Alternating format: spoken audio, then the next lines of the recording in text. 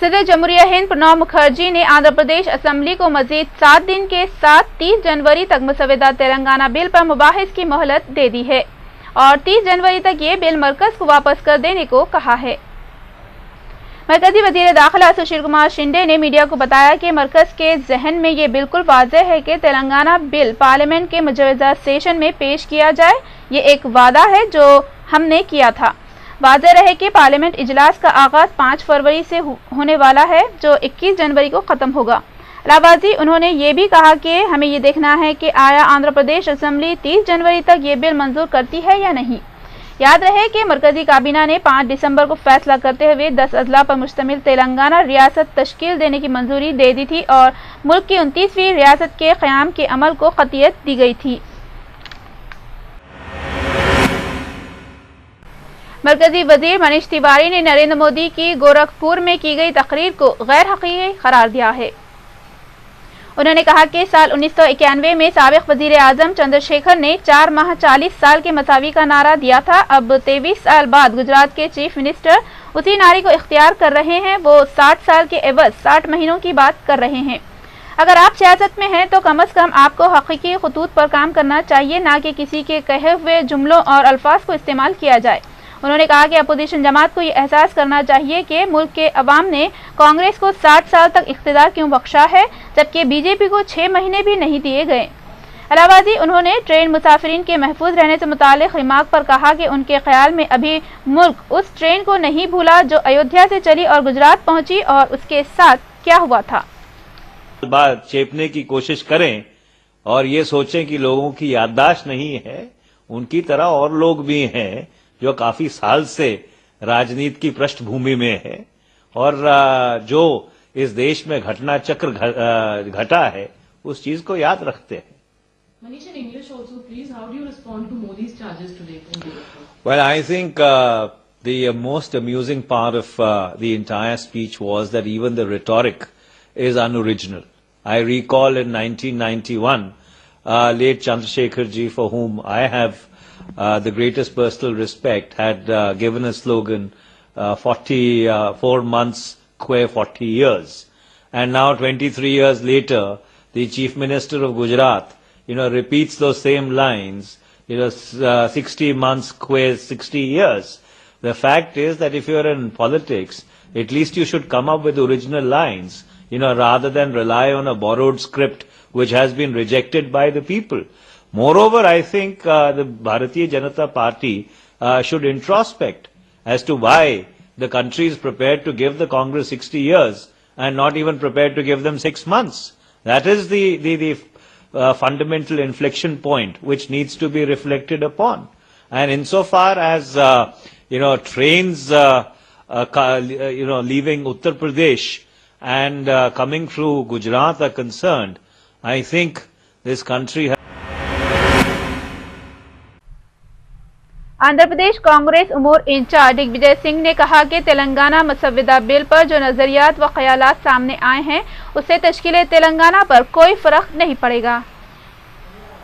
नई दिल्ली में ज़राए अबलाग से गुफ्तगू करते हुए दिग्विजय सिंह ने बताया कि रियासती वजीर आला एन किरण कुमार रेड्डी तेलंगाना मसवदा बिल से मुतालिक उनसे रब्त में है। चुनांचे कानून साज असम्बली में तेलंगाना मसवदा बिल पर तमाम नजरियात को इकट्ठा करके दिल्ली आने की हिदायत दी गई है। Honorable Rashtrapati ji has given extension of 1 week, so I would request the Honorable Chief Minister and all the legislators of the Andhra Pradesh Assembly to complete the discussion and send the bill back after 1 week. 7 days अभी चर्चा चल रही है ना, almost 8 days discussion has taken place. Sir, one of your rebel MLA, to whom you gave so-called notice, he is collecting signs for contesting in Rajya Sabha elections. What do you say on it? Against Congress. That is his right to do that.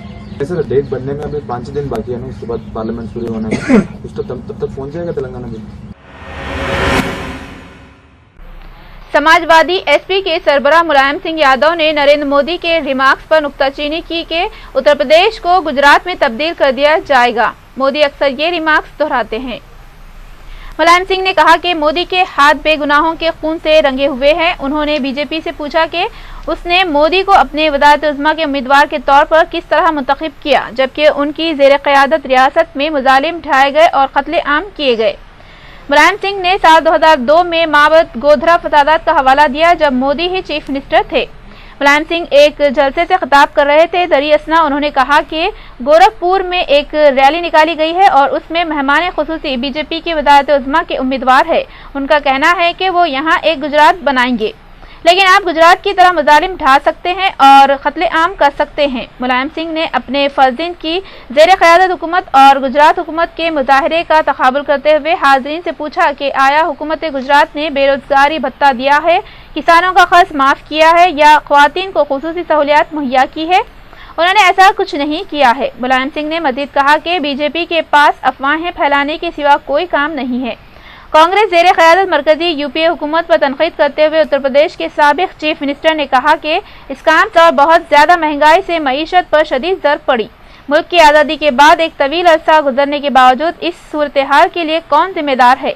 दरियासना SP सरबराह Mulayam Singh Yadav ने कहा कि कांग्रेस ने हुकूमत में इस काम के बजुज़ और किया ही क्या है। का उम्मीदवार और कैसे गुजरात बना देंगे, कृपा करके सोचना, विचार करना। अब गुजरात बनाने की तुम्हारी कोई हैसियत नहीं रहेगी। तुम गुजरात बनाओगे, अत्याचार करोगे, कत्लेआम कराओगे, और गुजरात में ही तो किया आपने। तुम कत्लेआम कराना चाहते हैं, हम गुजरात बनाना चाहते हैं। क्या गुजरात में किया आपने? आपको पता लगाना चाहिए उन पार्टी लोगों से।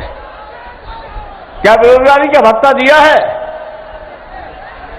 क्या किसानों का कर्जा माफ किया है? ऐसा गुजरात में किया है क्या जो आज गोरखपुर में बोल रहे हैं? कौन सा काम किया? क्या महिलाओं के लिए विशेष सुविधा क्या दी? कितने लोगों को रोजगार दिया? कांग्रेस और उसके साथी दलों की विदाई ये देश ने तय कर ली है मित्रों, और कांग्रेस मुक्त भारत ये इस बार साकार होकर रहेगा, ये नजारा साफ कह रहा है भाई। व्यवस्था पर आधारित हो ऐसी चीज की बिल्कुल ना ही कोई जगह है और ना ही इजाजत है, और जो भी लोग इसके लिए दोषी हैं पश्चिम बंगाल की सरकार को उनको तुरंत गिरफ्तार करना चाहिए और सख्त से सख्त सजा दी जाए। उत्तर प्रदेश में झूठी गुजरात की कहानियां बोलते रहेंगे, उत्तर प्रदेश की जनता को भ्रमित करने की कोशिश करते रहेंगे, तब तक समाजवादी पार्टी उनका पीछा करेगी और उत्तर प्रदेश से उनको विदा करने में कोई कसर नहीं छोड़ेगी। तो मुलायम सिंह और मोदी अगर ये ताकतवर होते हैं तो इस देश की एकता कमजोर होती है और देश में मैं समझता हूं कि जो सांप्रदायिक सौहार्द है वो खत्म होता है। बिहार के वजीर पंचायत राज भीम सिंह ने इल्जाम लगाया है कि वज़ारत उज़्मा के लिए बीजेपी उम्मीदवार नरेंद्र मोदी ने खूबसूरत नजर आने के लिए एक पेशावर ब्यूटिशियन की खिदमत हासिल की है। रियासती वजीर भीम सिंह ने अदवा किया है कि चीफ मिनिस्टर के ब्यूटिशियन की फीस रोजाना 1 लाख रुपए है। मोदी कैसे नजर आते हैं, इस बारे में क़यास-आराइयां की जाती रही है। गुज़िश्ता साल दिसंबर में फिल्म अदाकारा चित्रांगना सिंह ने कहा था कि उनके ख्याल में चीफ मिनिस्टर गुजरात को दाढ़ी कटाना चाहिए और क्लीन शेव बन जाना चाहिए।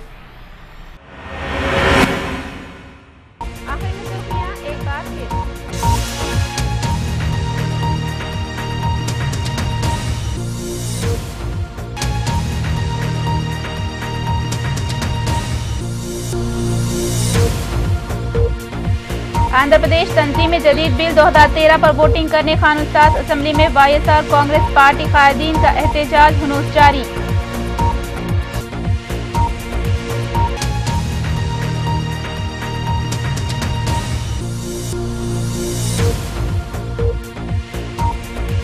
शहर में एक और संगीन सरक़े की वारदात। नामालूम सारिकीन 50 तोले तिलाई, 70 तोले नकरबी जेवरात और 15,000 नकद रकम लेकर फरार। पुलिस की खिदमत पर मुतासरीन की बरहमी।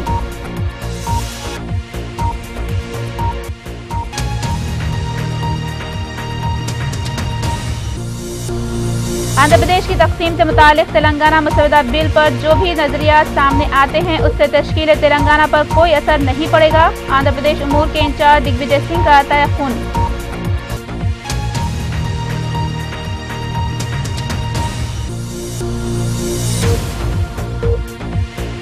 और म्यांमार में फिर एक बार तशद्दुद, 40 मुसलमानों का बेरहमाना कत्ल। म्यांमार हुकूमत की मानी क़ैद खामोशी।